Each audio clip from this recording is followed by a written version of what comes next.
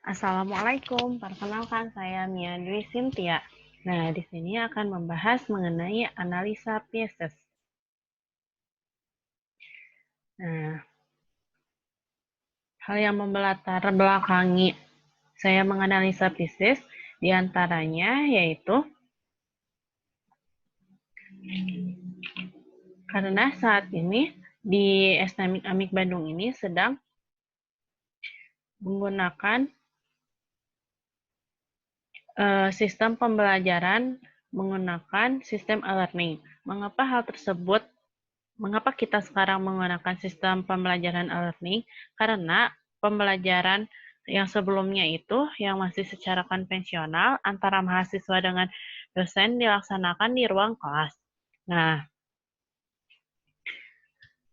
pembelajaran antara mahasiswa yang dilaksanakan di ruang kelas tersebut, jika dosen berhalangan hadir, maka berarti tidak terjadi adanya pertemuan antara mahasiswa dengan dosen di dalam kelas.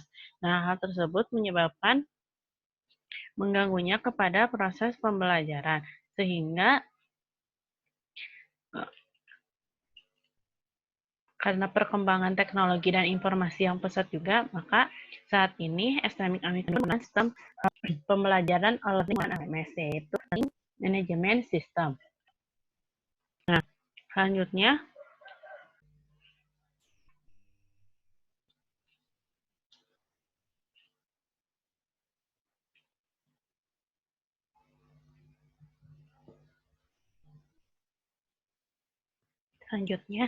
apa itu analisa Pisces? Nah, analisa Pisces ini menurut topik dalam jurnalnya merupakan analisa yang melihat sistem dari performance, information atau data, ekonomi, control atau security, efisiensi, dan service. Di sini ada 6 indikator pada analisa Pisces. Nah, berhubungan dengan sistem pembelajaran e-learning di STMIK Amik Bandung itu, maka karena baru berjalan, perlu dilakukan analisa secara Pisces ini. Menggunakan metode penelitiannya yang saya gunakan diantaranya metode observasi dan metode kuesioner. Nah, metode kuesioner ini dilakukan kepada mahasiswa-mahasiswi STMIK Amik Bandung yang telah melaksanakan sistem learning itu sendiri. Menggunakan rumus Solpin supaya memiliki tingkat keakuratan 95% hingga 96% dibutuhkan dari 100 angkatan 2018 dan 2019. Sekarang kita ketahui lebih dahulu mengenai indikator pada Pisces. Yang pertama yaitu adalah ada. Nah, kinerja adalah kemampuan sistem dalam menyelesaikan tugas dengan cepat sehingga sasaran dapat segera tercapai. Nah, indikator dalam kinerja sendiri ada beberapa poin atau indikator. Di antaranya yaitu ada berikut. Nah, untuk pengertiannya sendiri, throughput itu adalah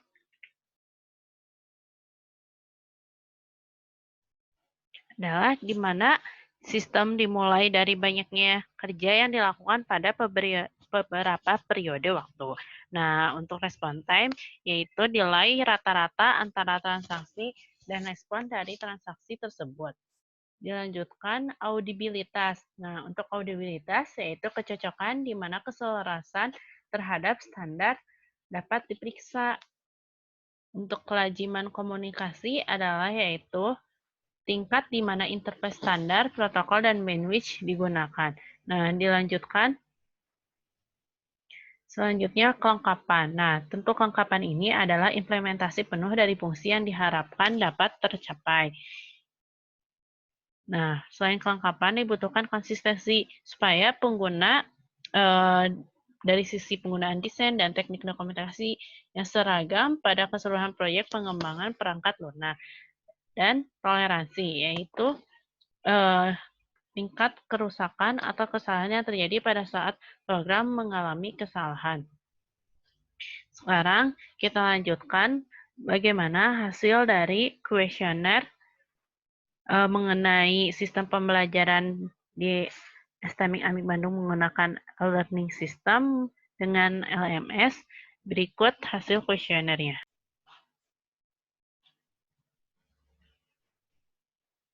Nah, kuesioner ini diisi oleh 161 responder atau 161 mahasiswa STMIK Amik Bandung yang terdiri dari 2 orang mahasiswa angkatan 2017, 56 orang mahasiswa angkatan 2018, dan 104 orang mahasiswa angkatan 2020. Bisa kita lihat dari kinerja ini, di sini ada beberapa hasil yang sudah keluar. Nah, untuk pada setiap kinerja ini diberikan beberapa pertanyaan kepada mahasiswa-mahasiswi responder. Yang pertama itu di sini pada kinerja ada throughput. Nah, pada throughput ini pertanyaannya adalah sistem pembelajaran e-learning dengan LMS ketika Anda mengakses satu materi dapat sekaligus mengakses materi lainnya. Nah, dilanjutkan pada pertanyaan respon time, itu di sini sistem pembelajaran LMS untuk bisa akses materi, respon kecepatannya tinggi. Untuk audibility-nya, pertanyaannya, jika Anda mengakses course ya, misalnya course programmasi, langsung diarahkan Anda dalam pada sistem pembelajaran LMS. Jadi, kita nggak join ke course tersebut, langsung akan ke course tersebut, atau tidak. Nah, untuk di sini yaitu sistemnya dibutuhkan oleh konsistensinya, pertanyaannya itu hanya digunakan pada sistem pembelajaran learning dengan LMS. Ya, course-nya sama, ada konsistensi. Namun, di sini dapat lihat, dari sini masih ada responden yang sangat setuju. Yang kedua, yaitu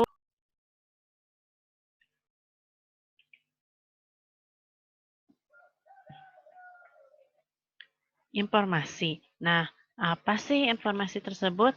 Nah, di sini informasi adalah sesuatu hal yang sangat penting. Mengapa penting? Karena pada informasi ini, pihak manajemen dan user dapat melakukan langkah selanjutnya. Apabila kemampuan sistem informasi baik, maka user akan dapat mendapatkan informasi yang akurat, tepat waktu, relevan, sesuai yang diharapkannya. Nah, untuk informasi sendiri ada beberapa poinnya, yaitu pertama, akurat nih. Nah, akurat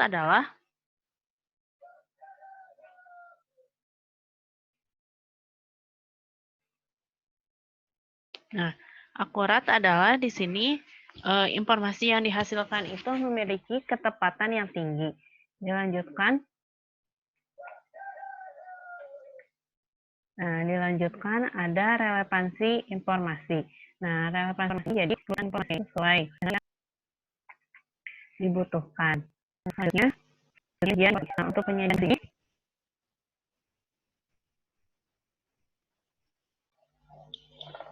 Nah, penyajian informasi ini yang disajikan dalam bentuk yang sesuai dan mudah diinterpretasikan.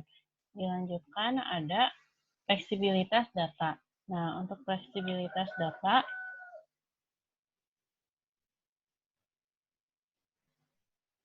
diantaranya yaitu informasinya itu mudah disesuaikan dengan kebutuhan. Dan yang selanjutnya yaitu di sini informasi pada sistem e-learning STMIK Amik Bandung dari hasil responder.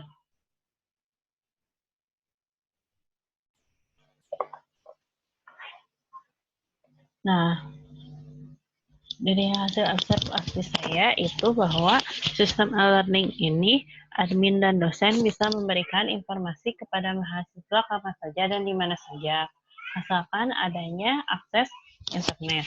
Nah, untuk hasil responder pada kuesioner bisa dilihat pada tabel berikut. Nah, di sini itu berbagai pertanyaan yang diajukan pada akurasi, yaitu sistem pembelajaran e-learning dengan LMS sering mengalami error. Nah, dilanjutkan pada pertanyaan relevansi informasi, yaitu informasi pada sistem pembelajaran e-learning dengan LMS sesuai yang Anda butuhkan. Pada penyajian informasinya, yaitu sistem pembelajaran e-learning dengan LMS, jika ada kabar baru, ada pemberitahuannya. Nah, di sini penyajian informasinya itu yang saya rasakan, ya karena pemberitahuannya selain pada LMS-nya diberitahukan melalui email pula. Untuk fleksibilitas datanya, nah pertanyaan yang diajukan, sistem pembelajaran e-learning dengan LMS, jika terdapat info terbaru, memberikan pemberitahuan melalui email sehingga mudah mendapatkan informasi dari media lain. Dan jadi fleksibilitas data ini bisa diketahui akses pemberitahuannya bukan hanya pada LMS-nya saja, tetapi salah satunya email itu. Nah, namun di sini ada yang masih menjawab sangat tidak setuju. Dan bisa dilihat berbagai hasilnya di sini pada tabel berikut ini. Dilanjutkan, yaitu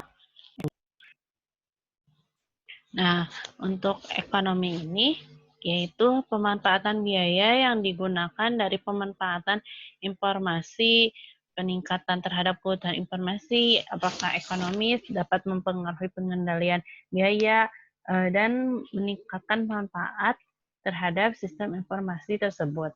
Nah, untuk ekonomi, diantaranya ada reusabilitas dan sumber daya poin dari ekonomi ini. Nah, reusabilitas yaitu jadi tingkat di mana sebuah program atau bagian dari program tersebut dapat digunakan kembali di dalam aplikasi yang lain. Untuk sumber daya sendiri, yaitu jumlah sumber daya yang digunakan dalam pengembangan sistem meliputi sumber daya manusia serta sumber daya ekonomi. Jadi seberapa banyak sumber daya yang dibutuhkan dalam mengembangkan sistem e-learning pada LMS ini. Nah, untuk hasil respondernya, di sini hasil kuesionernya yang diisi oleh responder bisa dibagi. Nah, untuk pertanyaan yang diajukan diantaranya yaitu sistem pembelajaran e-learning dengan LMS dapat mengurangi biaya fotokopi modul. Nah, ini saya ajukan kenapa? Karena materi tersebut dapat di-download atau diakses pada LMS sehingga tidak perlu biaya fotokopi. Nah, namun di sini masih ada yang sangat tidak setuju. Ini yang perlu kita analisis lagi. Kemudian pemanfaatan biaya lainnya yaitu menjalankan sistem pembelajaran e-learning dengan LMS adalah mengurangi biaya. Nah, di sini bisa diketahui masih ada yang sangat tidak setuju. Dilihat lagi faktor yang membuat tidak hemat itu apa. Dilanjutkan lagi, indikator bisnis yang berikutnya.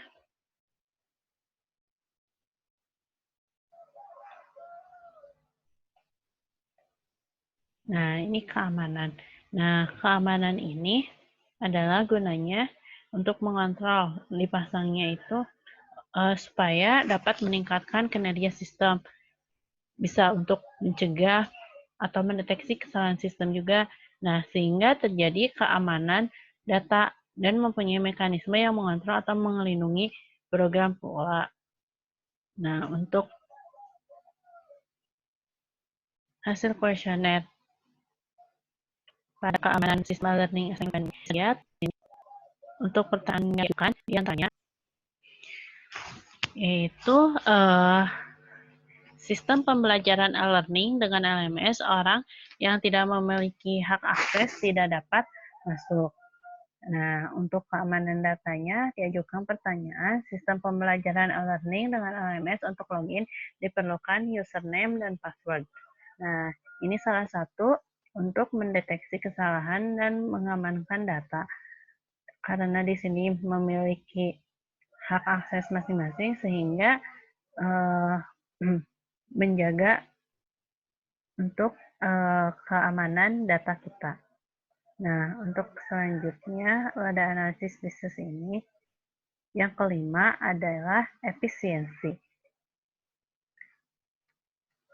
Nah, apa sih efisiensi itu?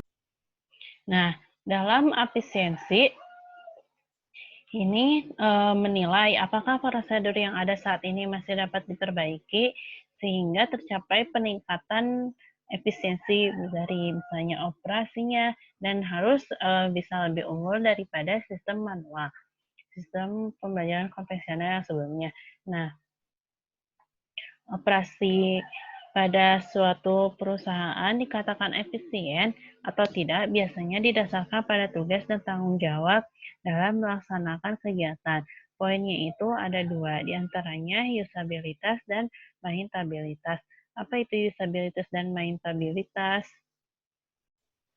Nah, usabilitas adalah usaha yang dibutuhkan untuk mempelajari, mengoperasikan, menyiapkan input dan menginterpretasikan output suatu program. Pada mainstabilitas adalah usaha yang diperlukan untuk mencari dan membentukkan kesalahan pada sebuah program sehingga dapat diperbaiki. Lalu bagaimana efisiensi pada sistem e-learning di STMIK Amik Bandung? Nah, untuk efisiensi ini, pertanyaan yang diajukan mengenai usabilitas. Nah, ini adalah hasilnya untuk pertanyaan yang diajukannya, yaitu menjalankan sistem pembelajaran e-learning dengan LMS adalah mudah. Nah, di sini cukup setuju 30,9%, setuju 35,2%, masih sekitaran angka 30%, dan sangat tingginya masih 20%. Nah, berarti di sini masih ada sesuatu yang membuat mereka kesulitan. Nah, dilanjutkan dengan indikator berikutnya. Yang terakhir pada analisa bisnis itu adalah layanan atau servis. Nah, pada layanan atau servis ini terdapat beberapa poin, di antaranya akurasi, reliabilitas, kesederhanaan. Nah, pada poin tersebut, maksudnya bagaimana ya? Nah, maksudnya di sini adalah jadi layanan itu peningkatan untuk memperlihatkan kategori yang beragam. Nah, peningkatan pelayanan yang lebih baik bagi manajemen itu jadi user dan bagian lain merupakan simbol dari kualitas suatu sistem informasi. Nah, jadi bagaimana layanan itu dapat atau servis yang baik diantaranya jadi akurasi, yaitu ketelitian komputasi dan kontrol. Jadi perlu ketelitian dan reliabilitas ini, programnya itu dapat dipercaya untuk melakukan fungsi yang diminta. Misalnya yang diminta itu pada LMS mendownload materi, maka di situ akan dapat didownload materi tersebut. Untuk kesederhanaannya bisa dilihat dari program atau LMS tersebut dapat dipahami atau tidak. Nah, kemudian dari sisi desainnya pun itu menarik atau tidak, itu ada pada service. Dengan tampilan yang menarik dan mudah, itu akan mudah untuk mahasiswa STMIK Amik Bandung menggunakan LMS tersebut. Nah, jadi untuk melihat kemudahan atau desain, apakah desain LMS itu menarik atau tidak, para responden menjawab seperti ini.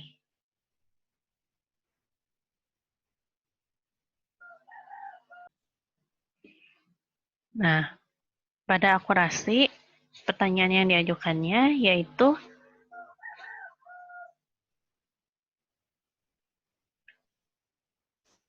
sistem pembelajaran e-learning dengan LMS adalah akurat. Untuk reliabilitasnya, sistem pembelajaran e-learning dengan LMS dapat dipercaya. Pada kesederhanaannya, sistem pembelajaran e-learning dengan LMS memberikan kemudahan dalam mengakses pembelajaran. Nah, ini selain itu juga diajukan pertanyaan, tampilan yang diberikan itu menarik.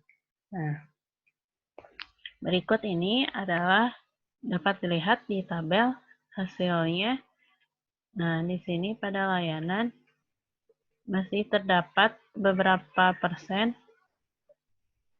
yang tidak setuju pada kinerja atau pada layanan di sistem e-learning LMS. Nah, berikutnya, maka disimpulkan hasil dari siklus ini itu meningkat sampai 5 dari yang sangat setuju sampai dengan setuju.